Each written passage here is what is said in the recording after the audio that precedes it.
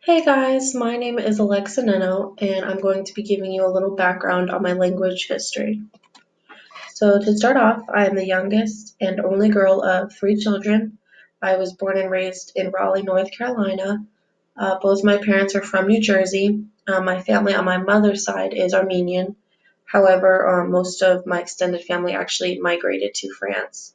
My grandfather, on my mother's side again, was the first to come to the US, and then later my grandmother, and they began to build their family.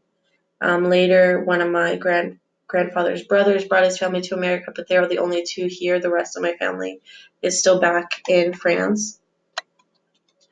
So again, both my parents are from New Jersey. My mother is 100% Armenian. She speaks French fluently. And then my dad is a little bit of a mystery because he was adopted and he knows absolutely nothing about his original family. He never got to find anything out about them. Um, and for his adoptive family, um, honestly don't know much about them either. They passed before I was even born. The parents passed before, and he never really talked about it, so I don't really know anything about that. So he's always been a kind of mystery, and he's never really been that interested in, finding out more about himself. So I just thought that was interesting.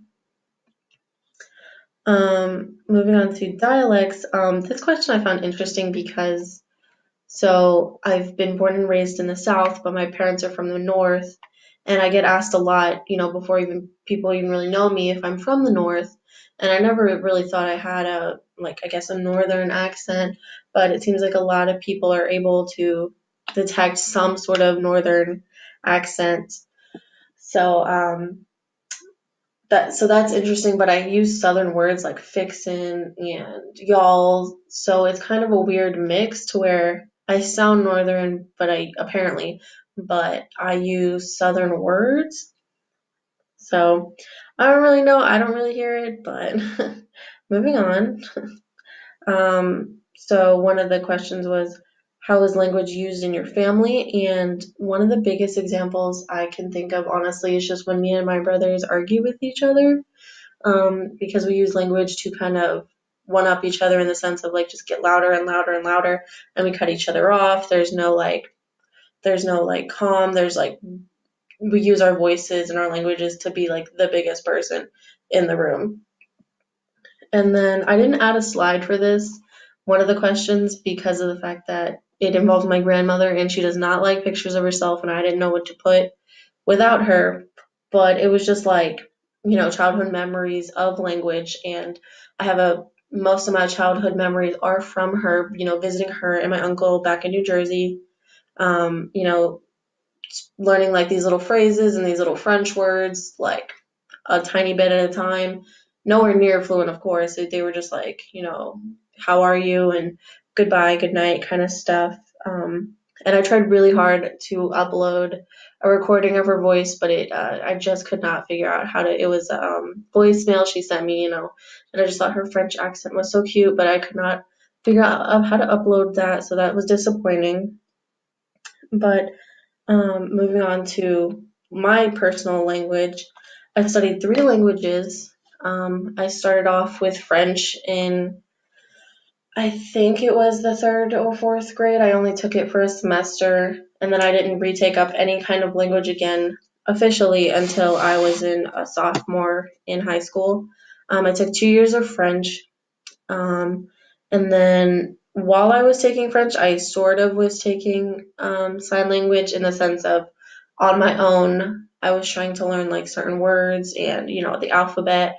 And I had a class where whenever I finished up, it was art, whenever I finished up any projects or drawings or anything, I would go to the back to the computer and just search. Like, there was a website where you could watch videos of people doing the alphabet, and I would just kind of mimic that. And I got the alphabet and certain words and phrases, but nowhere near like true studying of the language.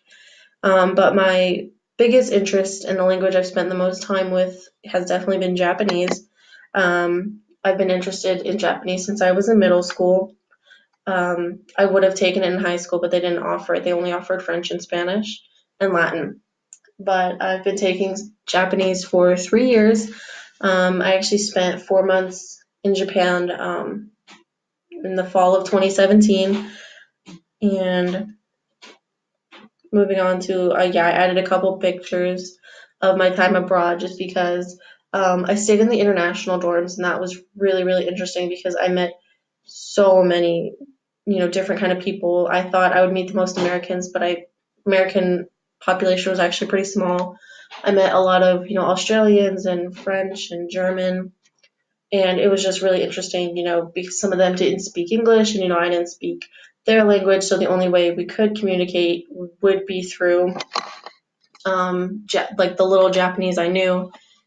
So that was extremely tough, but it was also, an eye-opening experience to just, try to communicate in this third language that neither one of us really knew, but we were really trying.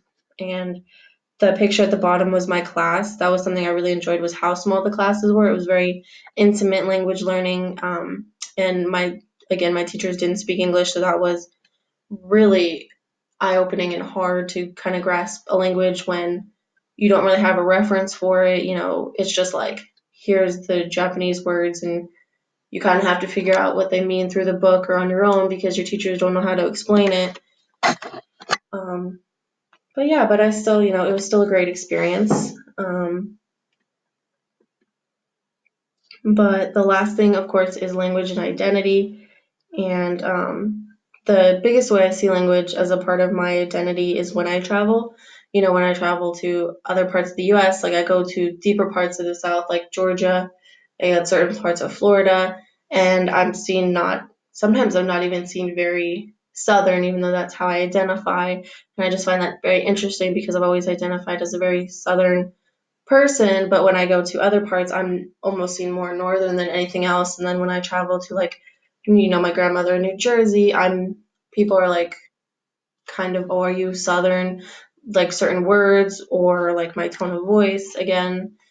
People kind of just think that like I'm not, you know, southern enough for the south or not northern enough for the north. So I just find that, you know, very interesting. And then when I was in Japan, language was a very, important in the sense of I wanted, the Japanese students to understand that America is very big and I'm not like the people from California or Arizona.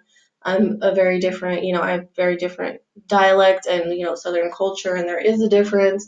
It's not all the same. You're going to learn different, when they study abroad, they're going to learn different slang words, and they're going to speak a little different. And so that was just very important for me to kind of get across that, where I'm from in the US is very different from other parts.